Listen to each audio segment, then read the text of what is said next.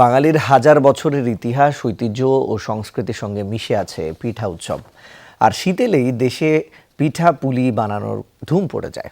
দেশের গণ্ডি পেরিয়ে বাঙালির ঐতিহ্য পিঠার স্বাদ আর উৎসব এখন প্রবাসেও পৌঁছে গেছে। সূর্যোদয়ের দেশ জাপানেও তাই শীত শুরু হতেই পিঠা উৎসবে মেতেছেন প্রবাসীরা। দিনব্যাপী উৎসবে ছিল নানা আয়োজন। বাংলাদেশের চিরচেনা খোলা চিতই, দুধ চিতই, পাটিসাপটা সহ হরেক রকম আর বাহারি স্বাদের পিঠার এই পসরা সাজানো হয়েছে সুদূর জাপানে। বিশ্বের প্রায় সব দেশেই এখন বসবাস করছেন বাংলাদেশিরা। দেশ থেকে হাজার মাইল দূরে প্রবাসের মাটিতে থেকেও দেশীয় ঐতিহ্য আর সংস্কৃতি লালন করেন প্রবাসীরা।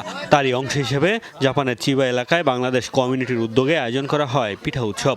আব্দুস সাত্তার রানার তত্ত্বাবধানে হয় দিনব্যাপী আয়োজন। ঐতিহ্যবাহী সব পিঠা নিয়ে উৎসবে হাজির হন প্রবাসীরা। আমরা সবাই মিলে জাপানে প্রবাসী সবাই মিলে আজকে পিঠার উৎসব করতেছি। আমরা সবাই মিলে এখন থেকে এটা কন্টিনিউ করার চেষ্টা করব। বাংলাদেশের যারা প্রবাসী আছি, বাংলাদেশের সংস্কৃতি বলেন, বাংলাদেশের বিভিন্ন উৎসবকে আমরা খুব মিস করি। মাঝে মাঝে যে অনুষ্ঠানগুলো হয়, তো সেখানে অংশগ্রহণ করে বাংলাদেশের আমেজকে ধরে রাখার চেষ্টা করি।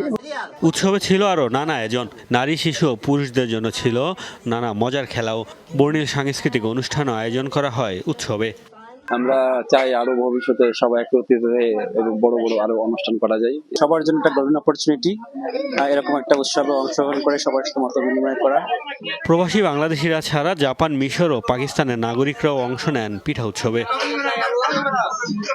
মোস্তফা মাহমুদ, যমুনা নিউজ।